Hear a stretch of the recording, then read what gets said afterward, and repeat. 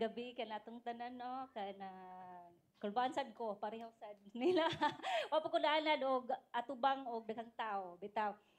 Ah, ako ang ning gikaya tungod kay request sa atong newlywed nga mohatag ko og basin maka-inspire sad ang amo ang na-experience no as magtiayon. Well, una is congratulations Arnold and Jillian, no? And then ako gahong pamilya dako kayo migpasalamat nga naapil mi sa pag naka-witness mi no sa inyohang kanang pagdawat sa sacrament of matrimony. Unya ang ako lang ika-share no nga amo pong na-experience na minyo mi 17 years na pod.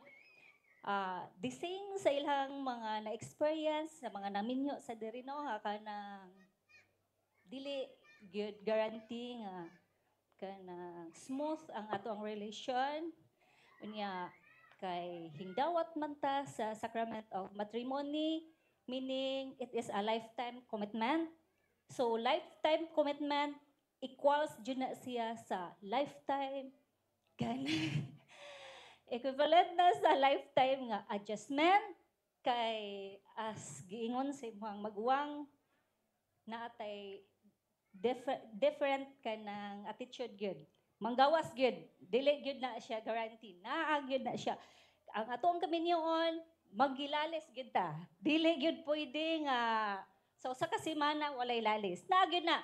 Ang ato lang giunsaon na to pagda o ang as giingon sa ato ni Bishop ganiha abit oy ato jung ibutang atong iapil ang atong Ginoo sa ato ang kaminyoon kay walay mahimo wala ta dili na to kaya kung kita-kita ra ang ato ang kapasidad ra ato ang ipairal so kanang ako alang anis ako lagi kay ikatambag is bisan pa sa atong mga panaglalis panikamutan gyud nato usa jud sa pinaka secret na mo is be faithful God. Wala gyud, dili gyud ta palinlang anang mga unsa pa diha.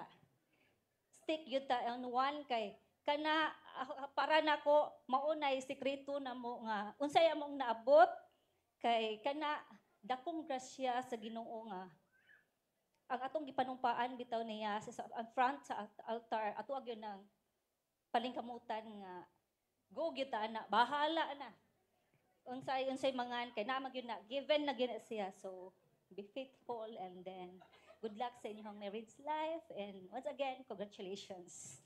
Thank you so much.